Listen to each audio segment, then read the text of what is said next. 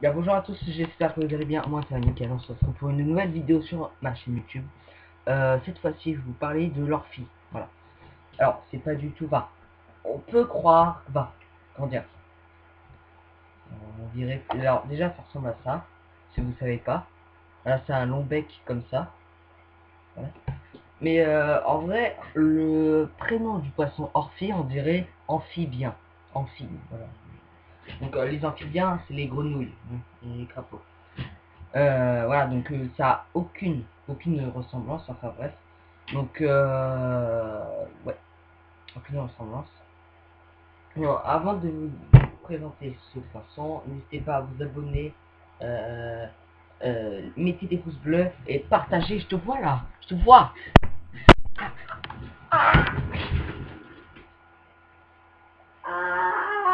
Ça fait mal, ça fait très mal. Ça fait assez mal quand même, ça. Ouais, c'est très mal. Docteur. Bon, je suis chez moi, il n'y a pas de docteur, donc voilà. Bon, alors, le nom de la famille de ce poisson, c'est les Belonidae. Voilà, beluga, ouais. Non, c'est aucune ressemblance non plus. Alors, son poids, enfin, son poids en moyenne, c'est 900 grammes, mais le record du monde, et qu'on l'a pêché en France, ce poisson, c'était de 1,19 kg. Ça va, c'est pas beaucoup.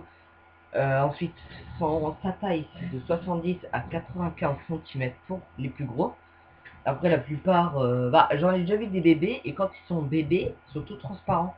Ils sont très très fins, ils sont un peu longs, mais ils sont transparents. Mais ils vont très vite, par contre. Ils vont très très vite. Alors, sa longévité de ce poisson est de 5 ans. Donc, c'est pas énorme, quoi. Alors, sa profondeur, c'est de 1 à 5 mètres. Donc, comme vous pouvez le constater, c'est un poisson qui vit à la surface de l'eau. Alors, pour comment l'utiliser, bah, comment le pêcher, pardon, plutôt. Alors, déjà avec un harpon. D'abord en visant la tête, je vais vous expliquer pourquoi. Et aussi par la canne à pêche. Alors, je vais vous expliquer pourquoi avec le harpon, c'est faut viser impérativement la tête au niveau des opercules. C'est que déjà, comme vous voyez, là, c'est un bec. Et ça a des dents. Ça a des dents. Et quand vous le retirez dans la tête, bah, du coup, le cerveau, il est atteint. Et là, il n'y a plus rien qui fonctionne à part les nerfs encore qui sont actifs. Mais si vous visez, par exemple, dans le ventre ou je sais pas, il a toujours, euh, il a toujours sa rapidité, enfin, ses muscles qui sont actifs et son nerf sciatique. Même s'il a la vessie natatoire abîmée, ça, il s'en fout un petit peu, il peut survivre. Bon, c'est mal en point. Mais en fait, avec ce bec, des fois, il vous attaque, il vous mord au bras ou dans le cou, donc déjà c'est super dangereux et vous pouvez en mourir si vous attaque dans le cou. Sur le bras, ça fera une plaie, vous saignez et tout ça. Bon, après, vous mettez un pansement, vous allez voir un docteur au cas où si c'est pas très très grave. Mais aussi, ils peuvent vous transpercer avec leur bec parce que c'est assez solide.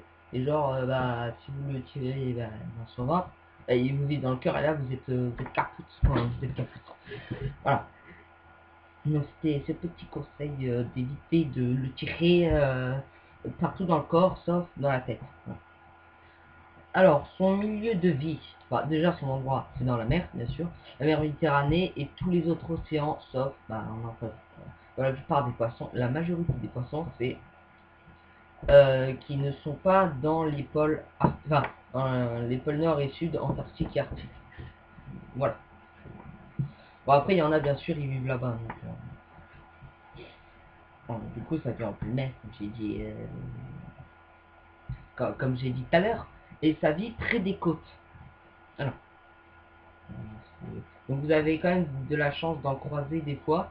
Bon, après, il y a pas longtemps, enfin, il y a un mois, avec mon père, on se baladait au port Saint-Chamas, et on avait vu une ortie bon, morte sur le bord, justement, du... euh, enfin, il y a le canal, mais c'était sur le côté. C'était pas dans le canal, mais elle était morte. C'était un bon 60 cm. Donc ça devait être pas mal. Alors, déjà, ce poisson est longimane. Oh là, il n'est pas très, voilà, mais imaginez, il fait ça. Là, il sera très longimane. Enfin, longifiche, du coup. Longimane, man en anglais, se dire homme. Donc, longifiche. C'est un mot que j'ai inventé. Génial. Voilà.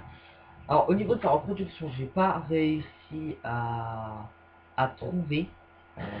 Enfin, j'aurais voulu vous le partager, mais j'ai pas réussi à trouver sur Google. Voilà. Alors, ce poisson, il est bon à manger. Voilà, donc il est savoureux. Ah, une fois, j'ai une anecdote sur ça.